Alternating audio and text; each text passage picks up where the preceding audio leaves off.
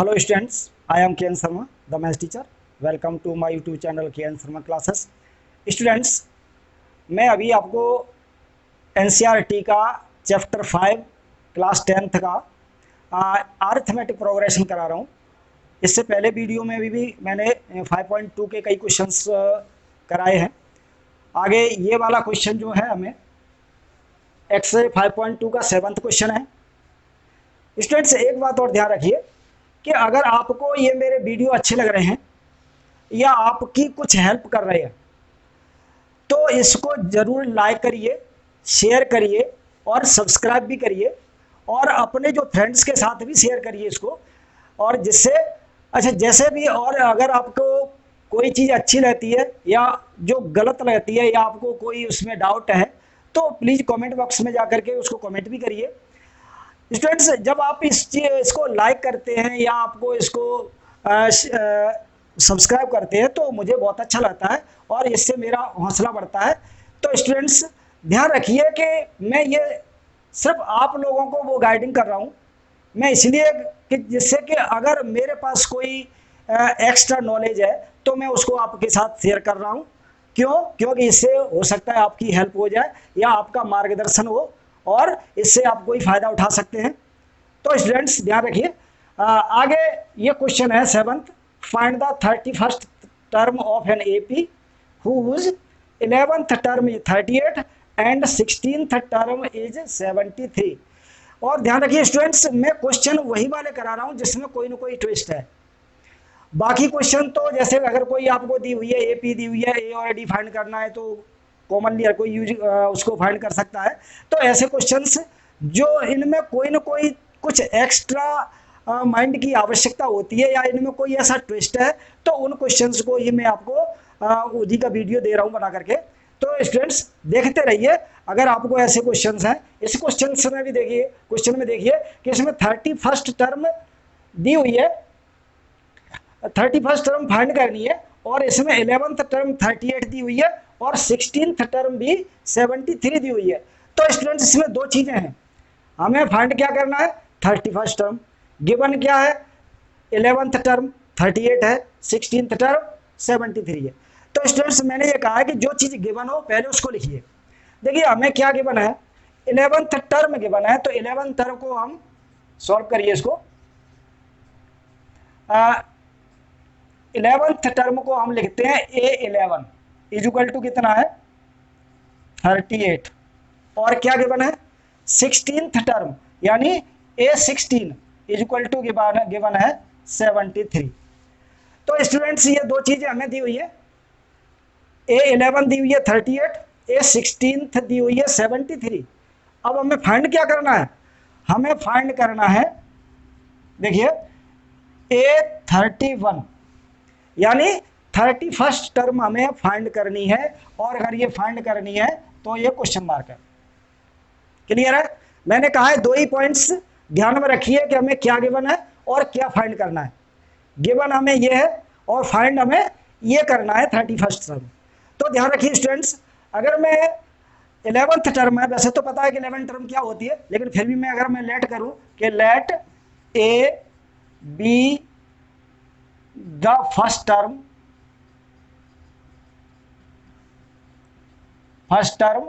And d be common difference.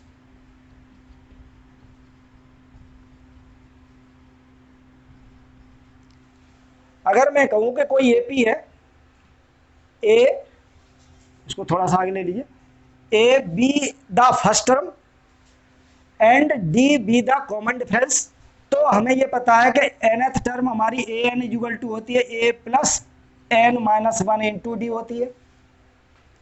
क्या है, यानी nth टर्म जो होती है हमारी, अगर ए फर्स्ट टर्म है तो फर्स्ट टर्म ये आ गया, डी कॉमन डिफरेंस है तो ये आ गया। तो हम कह सकते हैं तो एपी का जो nth टर्म होगा वो हमारा ये होगा। गिवन क्या है स्टूडेंट्स, A11 दिया हुआ है और अगर A11 दिया हुआ है तो हमें पता है कि A11 कितना होता है, A11 इजुकल टू होगा, ए कितना है, ए तो हमें गिवन ही नहीं है, ए प्लस 11d की 11 के बजाय हमें 10d लेना पड़ेगा क्योंकि n-1 होता है। तो A11 इजुकल टू होता है ए प्लस 10d, और जो हमें दिया हुआ है कितना 38। हमें 11th टर्म गिवन है 38, तो 11th टर्म को हम क्या लिख सकते हैं, a plus 10d is equal to 38।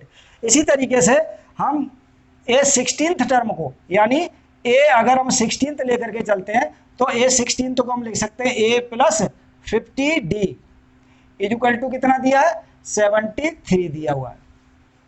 देखिए स्टूडेंट्स, यहाँ पे 11th टर्म दी हुई थी, तो 11th टर्म को हमारा जो हम nth टर्म के रूप में लिखते हैं तो a plus 10d is equal to 38 होता है, और ये a16 होगा a plus 15d is equal to 73। अब देखिए स्टूडेंट्स, हमारे पास दो इक्वेशन बन गई, एक तो इक्वेशन हमारी ये है और दूसरी इक्वेशन ये है। इन दोनों को हम सॉल्व कर सकते हैं, जैसा आपने चैप्टर 5 में देखा होगा कि हमें पता है कि दो वेरिएबल्स वाले जो लीनियर इक्वेशंस होती हैं उनको हम एलिमिनेशन से कर सकते हैं, सॉल्व मेथड से, सब्स्टिट्यूशन मेथड से कर सकते हैं, क्रॉस मेथड से कर सकते हैं। तो स्टूडेंट्स, इसको भी हम कोई भी जो तुम्हें इजी लग रहा हो उससे मेथड से कर दीजिए। देखिए क्या होगा, अगर हम मैं इसको करूं कि a plus 10d is equal to 38 है, और इसके नीचे हम अगर लाएंगे तो a plus 15d is equal to 73 है। हम क्या करते हैं, यहाँ पे लिखेंगे ऑन सबट्रैक्टिंग, यानी लेस करने पर अगर हम सब्ट्रैक्ट करते हैं तो देखिए हमें पता है नीचे वाले नंबर्स के साइन चेंज हो जाते हैं। क्या होते हैं, नीचे वाले नंबर्स के साइन चेंज हो जाते हैं। और हमने सब्ट्रैक्ट क्यों किया है वो भी देखिए, क्योंकि हमें पता है ए यहाँ पे भी है, ए यहाँ पे भी है, और दोनों पे सेम साइन है।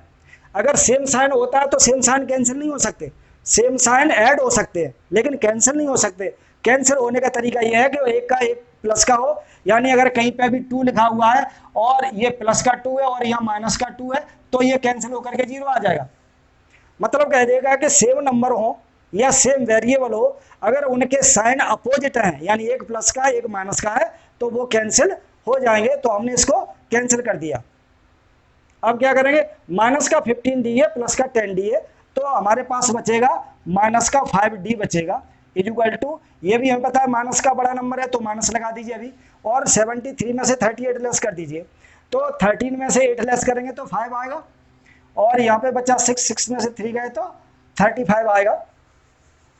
यानी माइनस का 5d is equal to minus का 35। अब देखिए हमें पता है कि इज इक्वल टू के इधर भी माइनस है, इज इक्वल टू के इधर भी माइनस है, तो हम इसको प्लस कर सकते हैं या कैंसिल कर दीजिए। तो हमें d कितना आ जाएगा, d इज इक्वल टू आ जाएगा 35/5, तो d इज इक्वल टू हो जाएगा 5 7 या 35 होता है, तो d इज इक्वल टू हमारा ये आ गया 7। अब d तो हमें आ गया, अब हमें क्या किसकी और जरूरत है, हमें पता है कि a plus n minus 1 into D होता है, तो a हमें और फाइंड करनी है। तो ये d की वैल्यू किसी फर्स्ट इक्वेशन या सेकंड इक्वेशन इनमें से या इसमें किसी में भी रख दीजिए तो d की वैल्यू आ जाएगी।